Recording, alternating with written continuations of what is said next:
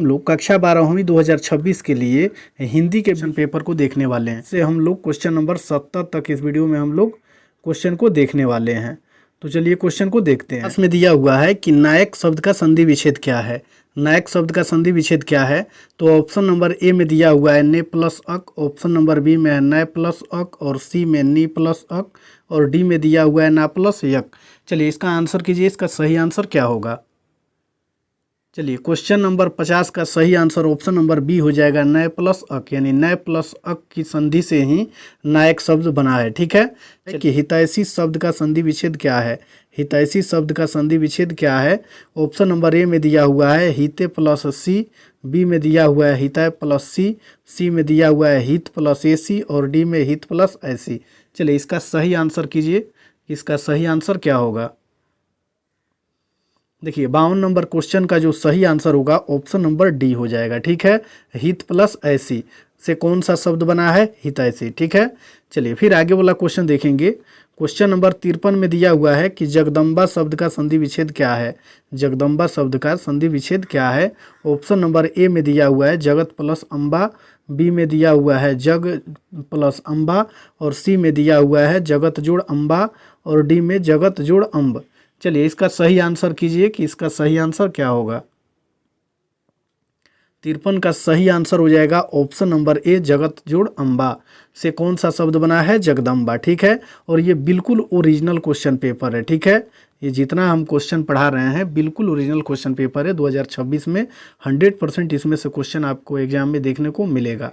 ठीक है, तो इसी प्रकार के वीडियो देखने के लिए अगर वीडियो अच्छा लगता है तो चैनल को सब्सक्राइब भी कर लीजिए और अपने दोस्तों को भी शेयर ज़रूर कीजिए। चलिए क्वेश्चन को इसमें हम लोग देखते हैं। फिर 54 नंबर क्वेश्चन जो है इसमें दिया हुआ है कि अधपका शब्द में कौन सा उपसर्ग है। ठीक है, अधपका शब्द में उपसर्ग क्या है, ऑप्शन नंबर ए में दिया हुआ है अध, ऑप्शन नंबर बी में अधि, सी में अभी, और डी में अति। चलिए इसका आंसर कीजिए, इसका सही आंसर क्या होगा। इस प्रश्न का सही आंसर ऑप्शन नंबर ए हो जाएगा अध, यानी अधपका में कौन सा उपसर्ग है, तो अध हो जाएगा, क्योंकि उपसर्ग पहले ही होता है। ठीक है, तो इसमें अध जो होगा वो उपसर्ग हो जाएगा।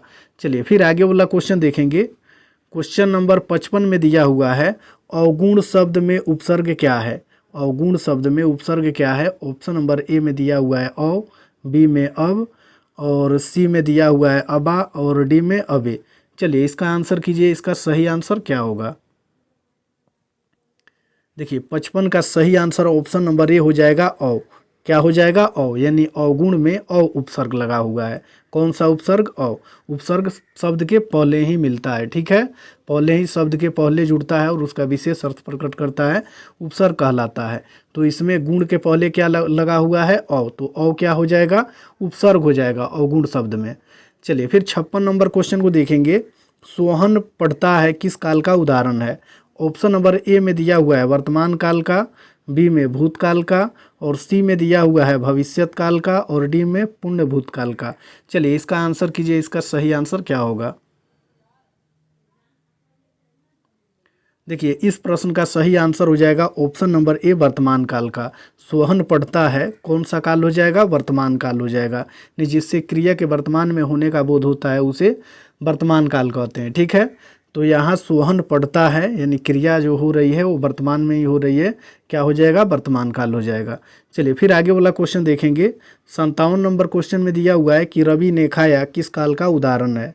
रवि ने खाया किस काल का उदाहरण है, ऑप्शन नंबर ए में दिया हुआ है भूतकाल का, ऑप्शन नंबर बी में वर्तमान काल का, सी में भविष्यत काल का, और डी में सामान्य वर्तमान काल का। इसका सही आंसर हो जाएगा ऑप्शन नंबर ए भूतकाल का। ठीक है, चलिए फिर आगे वाला क्वेश्चन देखेंगे। क्वेश्चन नंबर 58 में दिया हुआ है कि नरेश जाएगा किस काल का उदाहरण है। नरेश जाएगा किस काल का उदाहरण है, ऑप्शन नंबर ए में दिया हुआ है भविष्यत काल का, और बी में दिया हुआ है वर्तमान काल का, और सी में भूतकाल का, और डी में पुण्य भूतकाल का। चलिए इसका आंसर कीजिए कि नरेश जाएगा किस काल का उदाहरण है। इस प्रश्न का सही उत्तर ऑप्शन नंबर ए हो जाएगा भविष्य काल का। ठीक है, जो नरेश जाएगा किस काल का उदाहरण है, भविष्य काल का। चलिए फिर आगे वाला क्वेश्चन देखेंगे। क्वेश्चन नंबर 59 में दिया हुआ है कबूतर छत पर बैठा है किस कारक का उदाहरण है। ऑप्शन नंबर ए में दिया हुआ है अधिकरण, बी में संबोधन, सी में कर्ता, और डी में कर्म। चलिए इसका आंसर कीजिए कि इसका सही आंसर क्या होगा। देखिए 59 नंबर क्वेश्चन का सही आंसर ऑप्शन नंबर ए हो जाएगा अधिकरण। यानी अधिकरण का जो चिन्ह होता है वो होता है में और पर। ठीक है, में और पर जो है ये दो चिन्ह वो अधिकरण में आता है। किस में आता है? अधिकरण में। यानी किसी वाक्य में अगर पर दिया हो और पर नहीं मिले तो में दिया हो, तो इन दोनों के दिए रहने पर या दोनों के में से किसी एक को दिए रहने पर वो कौन सा कारक हो जाएगा? अधिकरण हो जाएगा। ठीक है, चलिए फिर आगे वाला क्वेश्चन देखेंगे। 60 नंबर क्वेश्चन में दिया हुआ है कि बच्चे घर में है, किस कारक का उदाहरण है? चलिए अभी हमने ऊपर समझाया है, उस क्वेश्चन के आधार पर इसका आंसर कीजिए। ऑप्शन नंबर ए में दिया हुआ है कर्ता, बी में कर्म, सी में अधिकरण और डी में संबोधन। इसका सही आंसर क्या होगा? इस प्रश्न का सही आंसर ऑप्शन नंबर सी हो जाएगा, अधिकरण। ठीक है, यानी बच्चे घर में, देखिए यहाँ में है, क्या है? में, तो अधिकरण में होता है में या पर। ठीक है, इसको आपको याद रखना है कि किसी वाक्य में या पर दोनों में से कोई दिख जाता है तो अधिकरण हो जाएगा। कौन कारक हो जाएगा? अधिकरण। तो इसका सही आंसर ऑप्शन नंबर सी हो जाएगा। ठीक है, चलिए फिर आगे वाला क्वेश्चन देखेंगे। क्वेश्चन नंबर 61 में दिया हुआ है तिरिछ शीर्षक पाठ के रचयिता निम्न में से कौन है? तिरिछ शीर्षक पाठ के रचयिता निम्न में से कौन है? ऑप्शन नंबर ए में दिया हुआ है उदय प्रकाश, बी में मलयज, सी में बालकृष्ण भट्ट और डी में मोहन राकेश। चलिए इसका आंसर कीजिए, इसका सही आंसर क्या होगा? देखिए इसका सही आंसर हो जाएगा ऑप्शन नंबर ए। क्या हो जाएगा? ऑप्शन नंबर ए, यानी तिरिछ शीर्षक पाठ के रचयिता कौन है? तो इसका सही आंसर हो जाएगा Uday Prakash, option number A. चलिए फिर आगे वाला क्वेश्चन देखेंगे। क्वेश्चन नंबर 62 में दिया हुआ है रोज शीर्षक पाठ के रचनाकार निम्न में से कौन है? रोज शीर्षक पाठ के रचनाकार निम्न में से कौन है? ऑप्शन नंबर ए में दिया हुआ है अज्ञे, बी में दिनकर और सी में मलयज और डी में उदय प्रकाश। चलिए इसका सही आंसर कीजिए, इसका सही आंसर क्या होगा? देखिए इसका सही आंसर ऑप्शन नंबर ए हो जाएगा। ठीक है, इसका सही आंसर हो जाएगा ऑप्शन नंबर ए, अज्ञे। चलिए फिर आगे वाला क्वेश्चन देखेंगे। क्वेश्चन नंबर 63 में दिया हुआ है सिपाही की मार शीर्षक पाठ के रचयिता निम्न में से कौन है? सिपाही की मार शीर्षक पाठ के रचयिता निम्न में से कौन है? ऑप्शन नंबर ए में दिया हुआ है उदय प्रकाश, बी में जयप्रकाश नारायण, सी में मलयज और डी में मोहन राकेश। चलिए इसका सही आंसर कीजिए, इसका सही आंसर क्या होगा?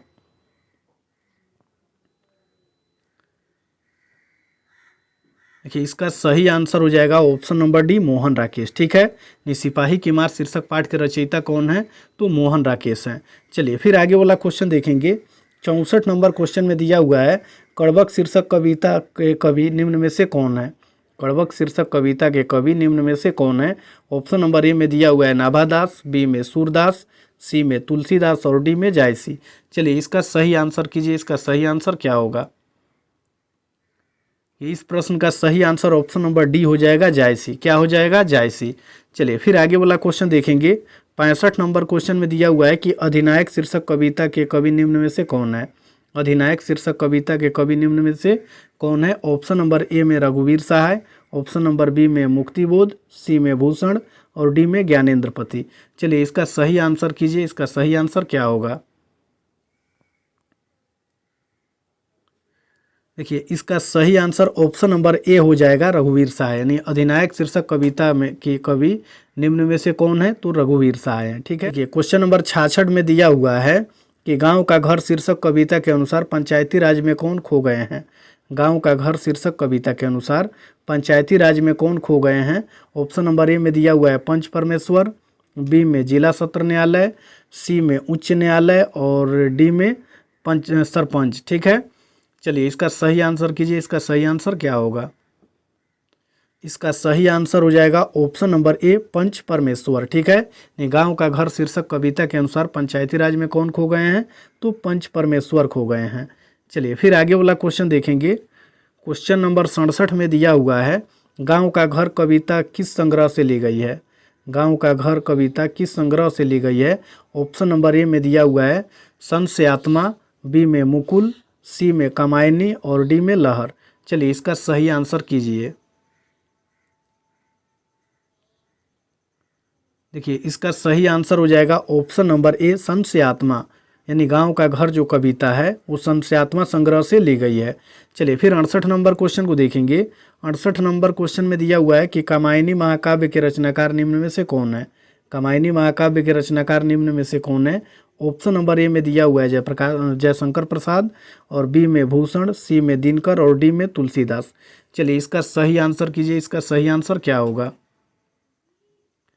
68 का सही आंसर हो जाएगा option number A Jaishankar Prasad, यानी कामायनी महाकाव्य के रचनाकार कौन है, जयशंकर प्रसाद हैं। फिर आगे वाला क्वेश्चन देखेंगे। 69 नंबर क्वेश्चन में दिया हुआ है रामचरितमानस महाकाव्य के रचयिता कौन है। रामचरितमानस महाकाव्य के रचयिता कौन है। ऑप्शन नंबर ए में सूरदास, बी में कबीरदास, सी में तुलसीदास और डी में जयशंकर प्रसाद। चलिए इसका सही आंसर कीजिए, इसका सही आंसर क्या होगा। इसका सही आंसर हो जाएगा ऑप्शन नंबर ए सूरदास, यानी रामचरितमानस महाकाव्य के रचयिता कौन है, तो सूरदास हैं। चलिए फिर आगे वाला क्वेश्चन देखेंगे। 70 नंबर क्वेश्चन में दिया हुआ है वसुंधरा भोगी मानव और धर्माद मानव एक ही सिक्के के दो पहलू हैं, यह उक्ति किस शीर्षक पाठ से ली गई है। ठीक है, चलिए इसमें दिया हुआ है ऑप्शन नंबर ए में ओ सदा नीरा, ऑप्शन नंबर बी में तिरिच, सी में रोज और डी में अर्धनारीश्वर। इसका आंसर कीजिए, इसका सही आंसर क्या होगा। ये इसका सही आंसर हो जाएगा ऑप्शन नंबर ए ओ सदा नीरा। ठीक है, यानी वसुंधरा भोगी मानव और धर्माद मानव एक ही सिक्के के दो पहलू हैं, यह जो उक्ति है वो ओ सदा नीरा शीर्षक पाठ से ली गई है। तो इस वीडियो में हम लोग क्वेश्चन नंबर 50 से 70 तक के ऑब्जेक्टिव को देखे। ठीक है, इसके आगे वाला वीडियो में हम लोग क्वेश्चन नंबर 70 से 71 से लेकर के 100 तक ऑब्जेक्टिव का आंसर देखेंगे। तो वीडियो पसंद आए हो तो वीडियो को लाइक भी ज़रूर कीजिए और चैनल को सब्सक्राइब करके अपने दोस्तों को भी शेयर